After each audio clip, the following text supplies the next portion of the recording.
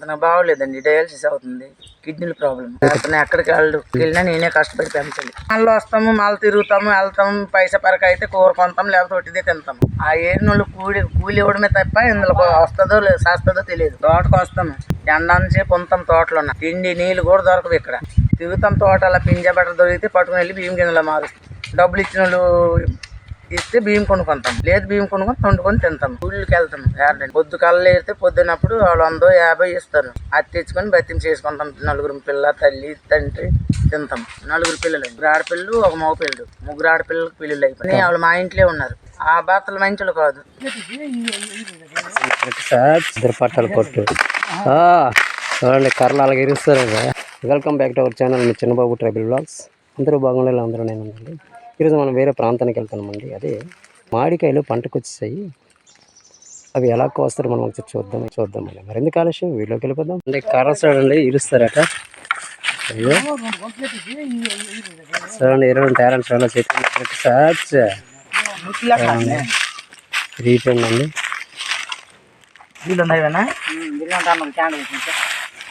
ఇద్దరు పట్టాలు కొట్టు చూడండి, కర్రలు అలాగే ఇరుస్తారు.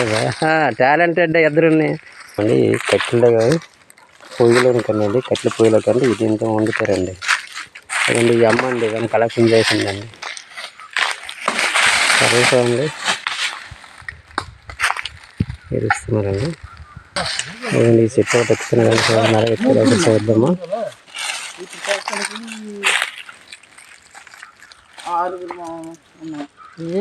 మామిడికాయలు కూడనికండి.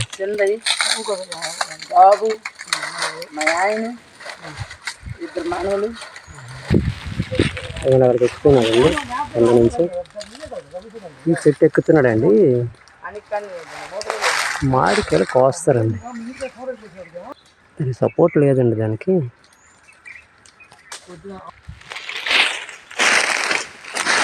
సో బ్యాలెన్స్ మీద ఎక్కుతున్నాడండి.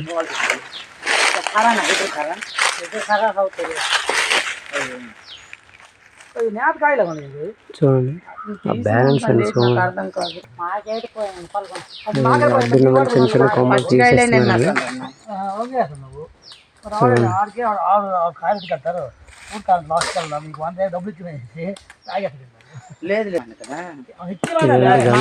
ఇక్కడ నుండి ఎక్కడండి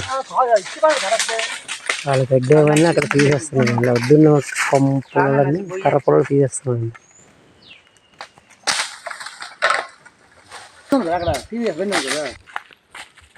ముదిరిందా లేదా చూస్తారండి. కాసిందండి.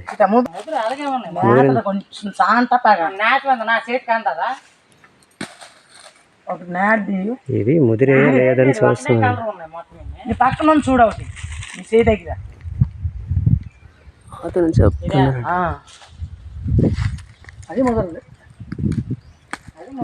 కాసింది. చూడండి ఈవిడ ఏరుతుంది. చూడండి చూడండి టాలెంట్. ఆడలు కూడా ఎవరుతారండి ఇటు సైడ్. చూడండి ఎలా కోస్తుంది జల్లికలు. అలా చేస్తారండి.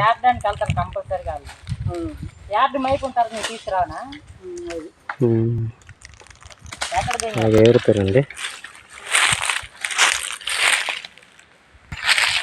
చూడండి కడతారండి. కొయ్యడానికి ఒకటి, దాంట్లో వేయడానికి ఒకటి కట్టిసి పైకి పంపిస్తారండి.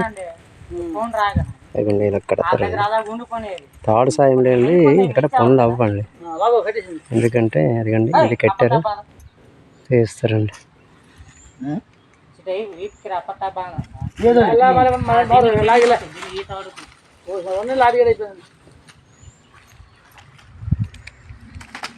తాడు కట్టడం అలా కట్టేసి పైకి పంపిస్తారండి. అదండి తీసుకొని జారీలో కాయలు వేస్తారండి.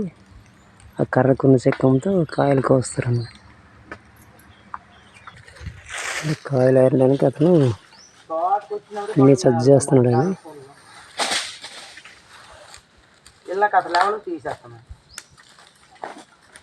నీట్గా కట్టాక అతను కాయలు ఇప్పుడు ఏరుతారండి, కోస్తారు. అందులో కార్ రేట్ లేదురా నాయన. క్లీనింగ్ చూడండి, కూర్చోడానికి బాగుంటుంది అనేసి క్లీనింగ్ చేస్తాను. క్లీనింగ్ అండి, క్లీనింగ్ కూర్చోడానికి బాగుంటుంది. కదా మేము కూడా ఉండిపోవాలి.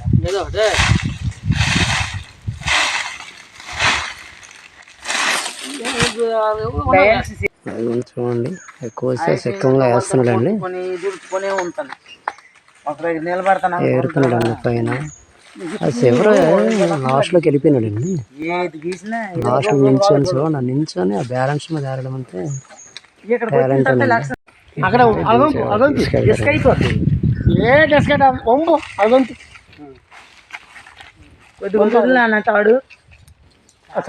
తాడు చాలు ఎలాగా వంపుతాడు కదా. వంపులే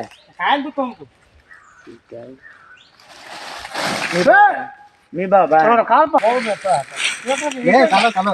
సైడ్కి పంపుతాను. పిల్లడు సైడ్కే వంపాడు. అవి సపరేట్, ఇవి సపరేట్.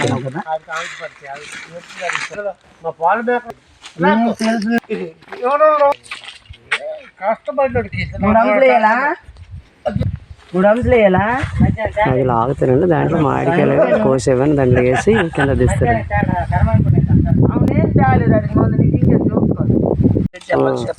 ఏ ఊరు అమ్మ మీది? సీదియా? పాతపట్నం మండలం సీదా. ఇక్కడికి ఏమమ్మా, ఇక్కడికి ఏమి వచ్చారు మీరు? కాయలు ఏరనండి, మామిడికాయలు ఏరనండి. అంటే ఇవి ఎలాగ అమ్ముతారు, రేట్లు ఎలాగ ఉంటాయి ఇవి?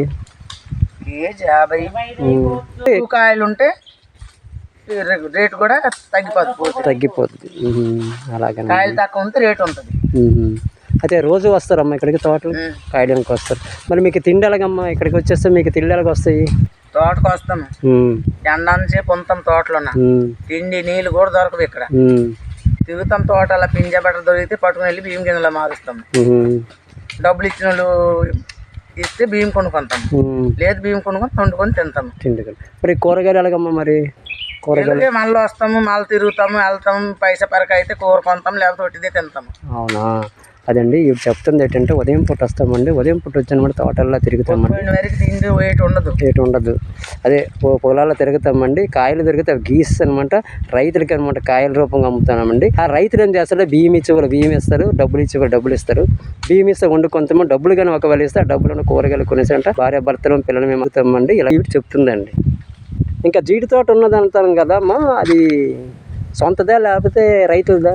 ఊళ్ళకి వెళ్తాం ఏరడానికి. పొద్దు కళ్ళు ఏరితే పొద్దున్నప్పుడు వాళ్ళు 100-50 ఇస్తారు. అది తెచ్చుకొని బతిని చేసుకుంటాం. 4 పిల్ల, తల్లి, తండ్రి తింటాం. పిల్లలా మీకు? 4 పిల్లలండి. 4 పిల్లలు. పిల్లలు అయిపోయినాయా? 3 ఆడపిల్లలు, 1 మగ పిల్లడు. 3 ఆడపిల్లలకు పిల్లలు అయిపోయినాయి. మగ పిల్లలు వాళ్ళు మా ఇంట్లో ఉన్నారు. మీ ఇంట్లో ఉన్నారు? పిల్లలు అయిపోయినాయి కానీ మీ ఇంట్లో ఉన్నారు. ఏమమ్మా? ఆ భర్తలు మంచులు కాదు. అవునా? అంటే చూడకుండా ఇచ్చారా ఏమి? భర్త ఏం చేస్తున్నాడమ్మా? అతను బాగోలేదండి, డయాలసిస్ అవుతుంది. కిడ్నీలు ఏమి ఫెయిల్ అయిపోయినాయా? కిడ్నీ ప్రాబ్లం వచ్చింది ఆయనకి. అతను ఎక్కడికి వెళ్ళినా నేనే కష్టపడి పెంచాలి. అవునా? అదండి, భర్తకి కిడ్నీ ప్రాబ్లమ్స్ వచ్చాయటండి. 4 పిల్లలు అయితే 3 ఆడపిల్లలకి పెళ్ళి అయ్యింది, కానీ వాళ్ళు కూడా సరైన భర్తలు కాక వాళ్ళు కూడా మనకు ఇంటి పట్టునే ఉన్నారండి. మగపిల్లడు ఉన్నాడు, ఆయన తోటలకు వెళ్తుంటాడు, చదువేం లేదండి. మా ఆయనకి కిడ్నీ ఫెయిల్ అయిపోయిందండి, ఆయనకి నేనే పెంచాలండి. ఆ ఒక్క ఆదాయం మీద ఈ పిల్లలందరినీ ఫ్యామిలీ అందరూ మెయింటైన్ చేసి నెలలండి. అందుకే ఉదయం వచ్చేస్తాను తోటకి, ఎక్కడ పని ఉంటే అక్కడికి వెళ్తానండి. జీడి తోటకి వెళ్తాను, అక్కడ పైసలు ఇస్తారండి కూలికి ఏరితే. ఆ పైసలని ఈ కలెక్షన్ చేసిన కాయలు ఇవన్నీ కలిపి రైతులకి దగ్గర తీసుకు బియ్యం ఇచ్చే వాళ్ళు బియ్యం ఇస్తారు. రైతులు ఇచ్చే డబ్బులు కూరగాయలు కొనుక్కుంటూ వాళ్ళకి పెట్టుబడి పెట్టుకో నాకు చాలా కష్టంగా ఉన్నదండి. ఏం చేయాలో నాకు అర్థమేం కావట్లేదు అనేసి ఈవిడ చెప్తున్నారండి. జ్వరం వచ్చినా ఇంటికాడ ఉండడానికి. అవును, మరి వెళ్ళాలి కష్టపడడానికి. అవును, లేదు ఆ పూట వెళ్ళడం లేదు అంటే ఇంటికాడ పస్తులే, ఇంటి దగ్గర పస్తులు ఉంటాయి. అదండి, ఈవిడ మీద ఆధారమై ఉన్నారండి పిల్లలు కూడా అందరూ. నేనే కొంచెం రథసారిదిగా నేను ఆదాయం తెచ్చి వాళ్ళకి పెంచాలండి అని ఈవిడ చెప్తుండే. ఇదండి ఉదయం వచ్చేసారండి. ఇదండి మామిడికాయలు అనమాట, కూలి అనమాట. రైతు దగ్గర వీళ్ళు కాస్తారంటే కోసిస్తే ఈ డబ్బులు అనమాట సాయంత్రం ఎంత కొంత ఇస్తారు. ఆ డబ్బులు పట్టుకొని ఈ రోజుకి బతిమవుద్దని ఈవిడ చెప్తుందండి. అంటే నేను కష్టపడితేనే మా ఇంటి దగ్గర జీవనం జరుగుతుందండి, నేను కష్టపడకపోతే నాకంటూ బచ్చిమంటూ కూడా ఉండదండి అని ఈవిడ చెప్తున్నారండి. అదే బాబు అన్నాం కదా, బాబు ఏం చేస్తాడమ్మా? పెయింటింగ్ పనికి వెళ్తాడు సార్. డబ్బులు ఇస్తాడా? వస్తుంది 150, మరి వస్తే ఆ మనిషికే అవుద్ది, మా ఆయనకి కిందే అవుద్ది. ఓ ఆయనకి వారంకి డయాలసిస్కి వెళ్తాడు 2 సార్లు, లెక్చర్మ సోమవారం.